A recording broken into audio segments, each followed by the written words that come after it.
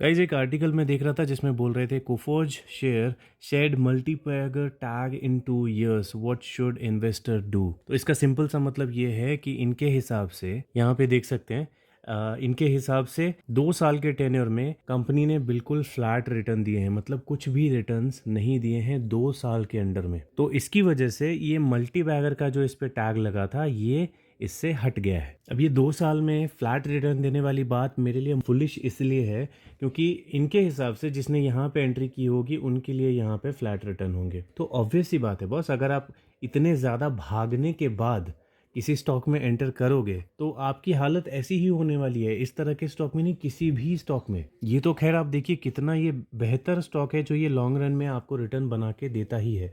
ये जो आपको जोन दिखाई दे रहा है ना, ये जोन यहाँ पे भी दिखाई देता है। ये जोन इससे पहले भी दिखाई दिए थे। अभी ये छोटे हो गए हैं, देखने में छोटे लग रहे हैं क्योंकि पास्ट की बात है। अभी ये जो आपको जोन दिखाई दे रहा है ये भी कुछ इस तरह का ही दिखाई देगा आगे आने के बाद। आगे कुछ 5-10 साल के बाद ना ये जोन भी आपको ऐसा ही दिखाई देगा। तो हम लोग जो डिस्कशन करते हैं अपने वीडियोस में वो एंट्री कहाँ पे करने की कोशिश करते हैं? इस जोन में। जब मार्केट थोड़ा फॉल करने लगता है इस जोन में एंट्री करते हैं। इस जोन में कौन एंट्री करता है यार? अभी ये इतना भाग गया, यहाँ पे एंट्री कौन करता है? जो मोमेंटम वाले होते हैं, जो शॉर्ट टर्म ट्रेडर्स होते हैं, वो लोग ही एंट्री करते हैं। क्यों एंट्री करते हैं इतने ऊपर में भी? क्योंकि वो लोग यहाँ पे एंट्री ये करके मतलब ये सोच के करते हैं कि ये यहाँ से यहाँ तक जाएगा तो यहाँ पे मैं प्रॉफिट बुक करूंगा। छोटा सा टारगेट होता है उनका। और अगर मान लो किसी ने यहाँ पे एंट्री की, यहाँ से यहाँ तक गया, फिर वापस ये धड़ाम से यहाँ गिर गया, तो यहाँ इनके स्टॉप लॉस लगे हुए रहते हैं। तो इनको फ़ायदा होता है तो अच्छा होता है, नुकसान होता है तो बहुत थोड़ा सा होता है। जो डिसिप्लिन वाले ट्रेडर्स होते हैं, स्विंग ट्रेडिंग वाले जो होते हैं, उनके डिसिप्लिन की वजह से उनके लॉसेस कम होते हैं और प्रॉफिट में तो ऑब्वियसली वो लोग रुकते हैं तो ज़्यादा प्रॉफिट होते रहते हैं, है ना। तो हम लोग तो लॉन्ग टर्म इन्वेस्टर हैं, राइट। मैं उम्मीद कर रहा हूँ जो हम लोग देख रहे हैं ज़्यादातर लोग हम लोग लॉन्ग टर्म इन्वेस्टर हैं, क्योंकि मेरा चैनल जो है वो बेसिकली लॉन्ग टर्म इन्वेस्टमेंट के लिए ही है। तो अगर आप लॉन्ग टर्म के लिए इन्वेस्टमेंट कर रहे हो तो ऑब्वियसली इतने ऊपर तो नहीं करोगे। यहाँ अब ये मार्केट जब इसका भाग गया तब इसमें इन्वेस्टमेंट करके क्या फ़ायदा? आपको थोड़ी बहुत तेज़ी अगर मिल भी जाती है तो भी क्या फ़ायदा? रिस्क में बैठे रहोगे। मार्केट में कुछ भी ऊंच नीच हो गई तो ये यहाँ से गिरेगा, फिर आप पैनिक करने लग जाओगे, राइट। तो किसी भी स्टॉक में उसके फॉलिंग टाइम पे इन्वेस्टमेंट करना चाहिए, लेकिन ऐसे स्टॉक में जिसकी इज्जत अच्छी हो, जिस पे भरोसा हो पूरी दुनिया को, जिसकी मैनेजमेंट ईमानदार हो, वगैरह वगैरह। तो मेरे हिसाब से 2 साल में फ्लैट रिटर्न देने वाली बात ये खराब नहीं है, मतलब कोई गलत बात नहीं है जेन्युइन बात। लेकिन ये भी ट्रुथ है कि इस जोन में पूरी दुनिया के शेयर्स गिर रहे थे, उसी में ये भी गिरा, लेकिन जितने दूसरे शेयर्स गिरे उतना ज़्यादा ये नहीं गिरा, जबकि हाईली वॉलेटाइल है लेकिन बहुत ज़्यादा ये नहीं गिरा। मेरा भी इसमें इन्वेस्टमेंट है, मैंने भी यहाँ पे 36 या 3585 के आसपास में मैंने कहीं पे इन्वेस्टमेंट किया हुआ है। यहीं पे है मेरा इन्वेस्टमेंट इस महीने में।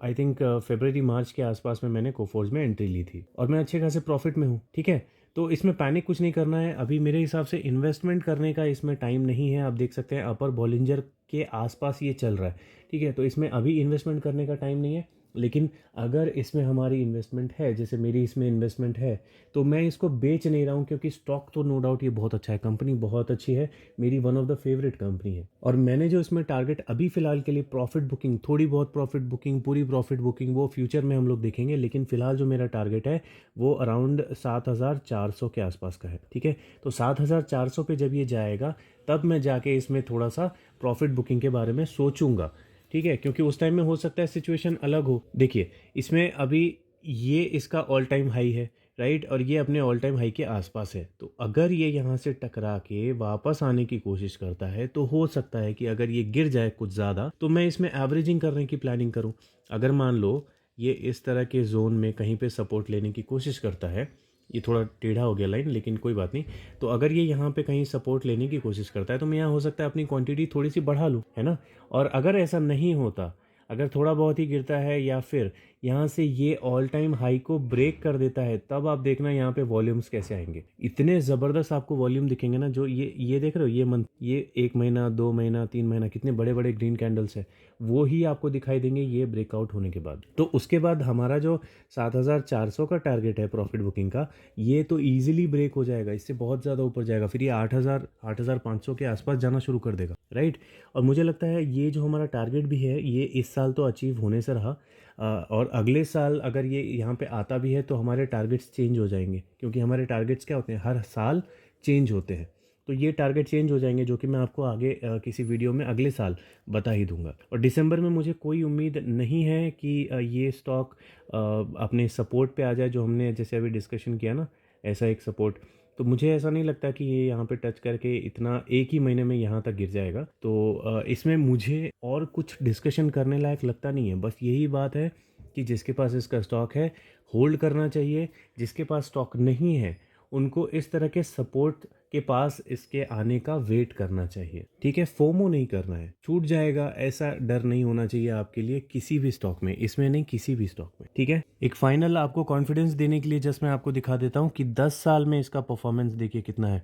ये इसका 10 साल का परफॉर्मेंस है 1690% के आसपास। जहां पे निफ्टी ने 230% का गेन दिया, इसने कितना दिया? 1690% के आसपास। निफ्टी आईटी ने भी लगभग सेम 264% के आसपास के गेन दिया था, और उसके कंपैरिजन में ये कितना ज़्यादा मतलब बढ़ा था, राइट?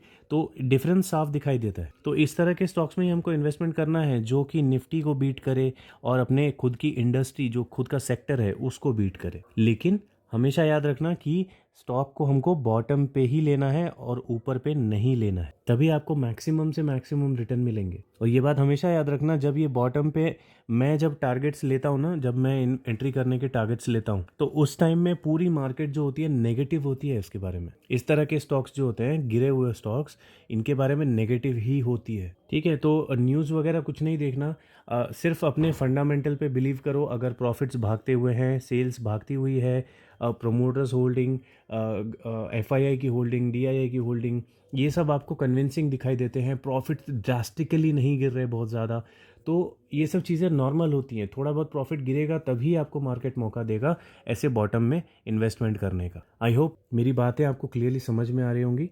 ठीक है, कुछ भी डाउट है तो आप कमेंट करके मेरे से पूछ लेना। अगला वीडियो जो आने वाला है वो बहुत इंपॉर्टेंट होगा, थोड़ा लंबा होगा लेकिन बहुत इंपॉर्टेंट होगा, तो उसको मिस मत करना। ठीक है, मिलते हैं उस वीडियो में।